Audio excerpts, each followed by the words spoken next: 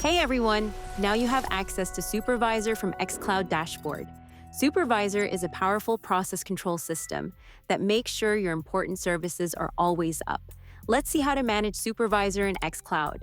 First, log into your xCloud account and go to the Servers tab from the dashboard. Then choose your server and go to the Management option from the sidebar menu. From there, click on Supervisor from the menu.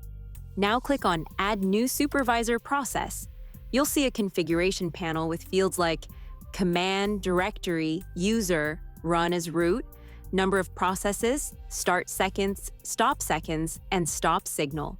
Fill in the command field with the appropriate command for your process. You can adjust the other fields as needed or just stick with the defaults.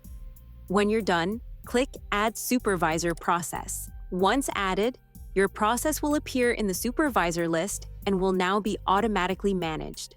You'll see some options to edit, restart, or check out the output of the process. You can even delete any process anytime with just a click. And that's it. This is how easily you can set up Supervisor for your Laravel application. Thanks for watching. If you enjoyed this tutorial, give us a thumbs up and don't forget to like, share, and subscribe for more tutorials and tips.